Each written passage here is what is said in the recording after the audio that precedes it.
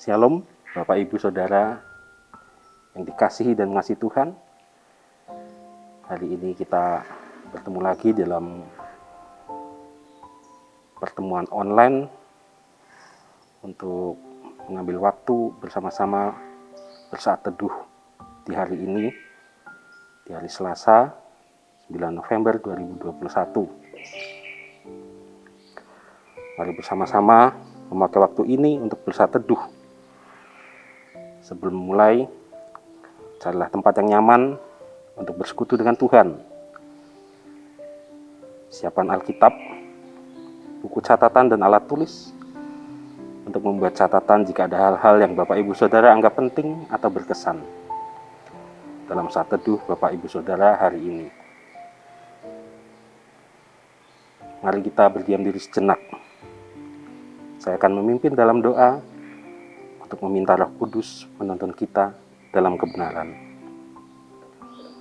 Mari kita berdoa.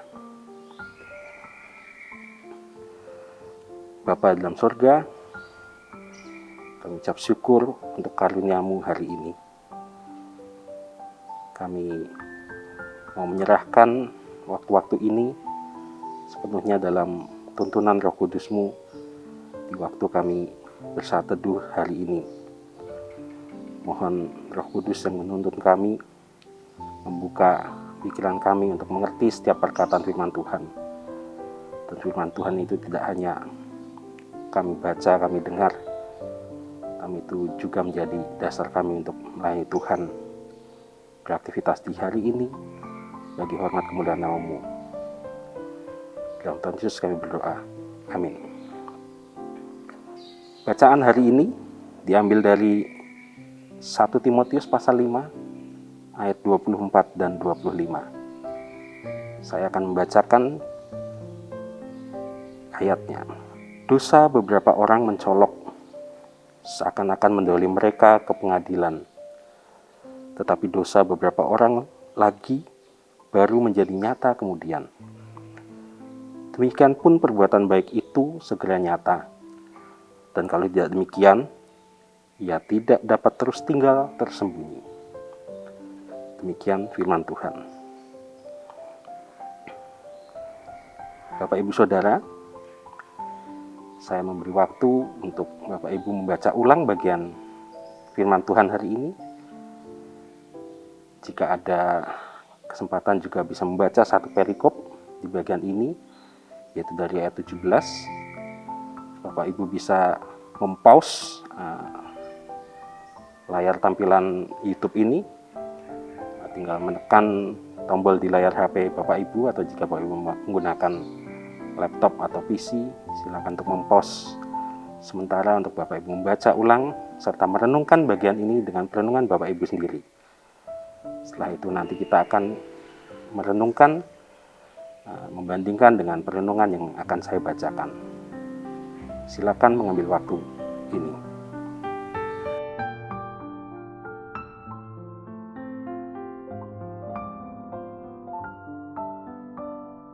Terima kasih Bapak Ibu Saudara. Perenungan pagi ini dari ayat bacaan akan saya bawakan. Bapak Ibu Saudara hampir pasti sudah pernah mengikuti pemilu kan, baik pemilihan di daerah maupun untuk pusat. Memilih wakil rakyat, presiden, juga wakilnya.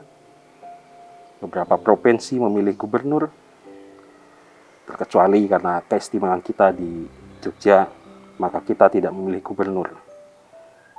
Juga bupati, bahkan lurah.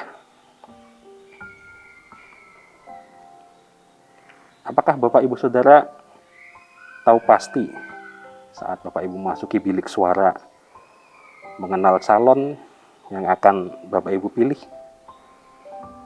Atau malah sama sekali belum pernah tahu calon-calon yang akan dipilih? Bagaimana sih kriteria calon-calon yang Bapak Ibu Saudara pilih? Apakah berdasar partai tertentu, usia, tampilan wajah di fotonya, atau pokoknya ikut suami atau istri atau pilihan orang tua.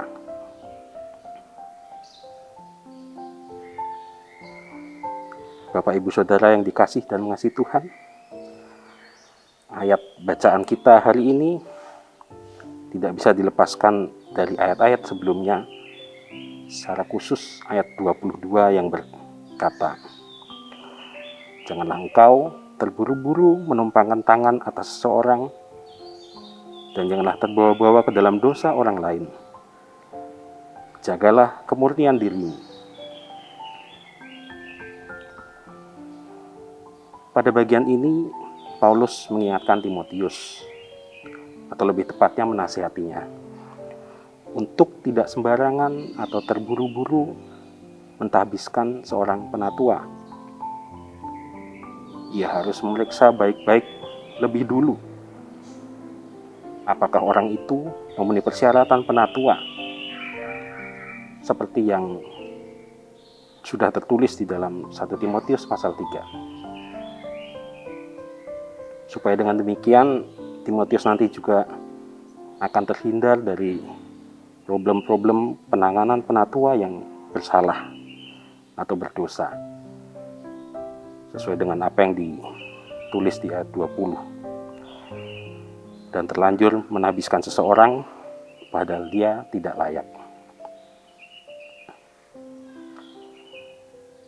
Pengadilan pada bacaan kita ini bukan menunjuk pada pengadilan akhir zaman, tetapi pengadilan dalam gereja oleh Timotius terhadap para penatua dan anggota-anggota gereja.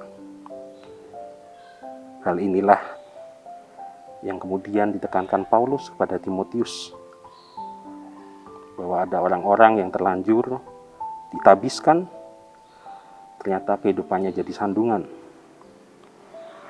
Tapi karena mungkin orang-orang itu memiliki kepandaian atau kelihayan, menyebabkan mereka tidak bisa dibuktikan bersalah dan dihukum.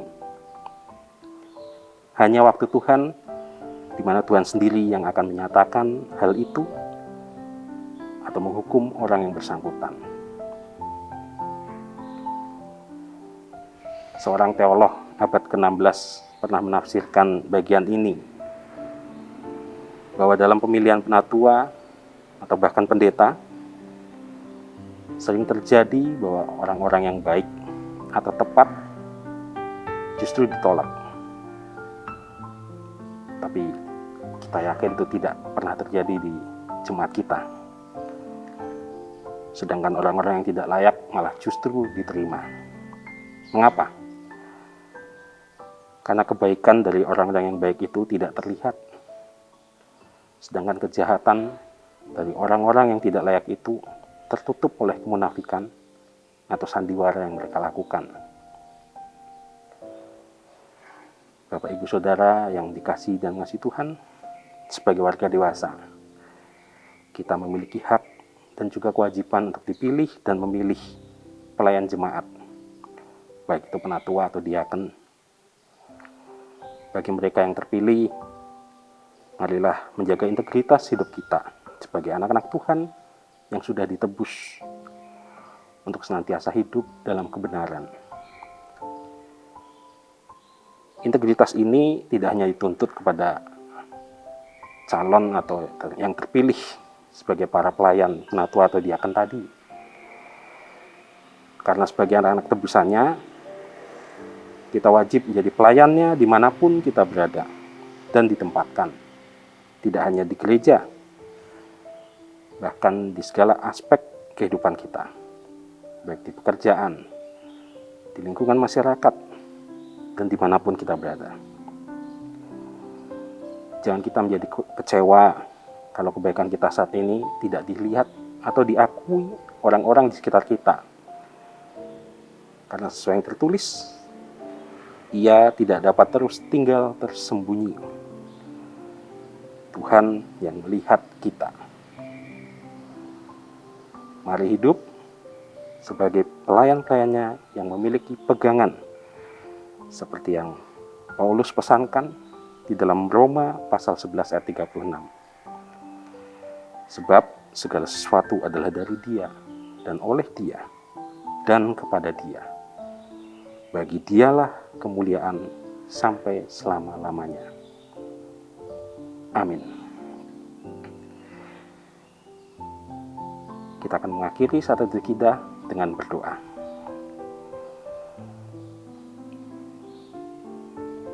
Tuhan, kami tahu hidup kami banyak hal yang kami hadapi dan banyak masalah silih berganti. Kami bersyukur kami sudah menjadi anak-anak tebusan Tuhan. Kami mau hidup di dalam jalan kebenaran yang sudah Tuhan berikan, anugerahkan dalam hidup kami. Kami mohon tuntunan Roh Kudus-Mu, sehingga dimanapun kami berada, kami bekerja, kami melayani, biarlah hidup kami senantiasa menyatakan kemuliaan Tuhan. Orang-orang yang ada di sekeliling kami melihat bahwa di dalam dan melalui hidup kami ada kasih yang mereka rasakan, karena itu berasal dari Tuhan. Kami mohon pertolongan-Mu Tuhan, karena tanpa pertolongan-Mu kami tidak dapat berjalan.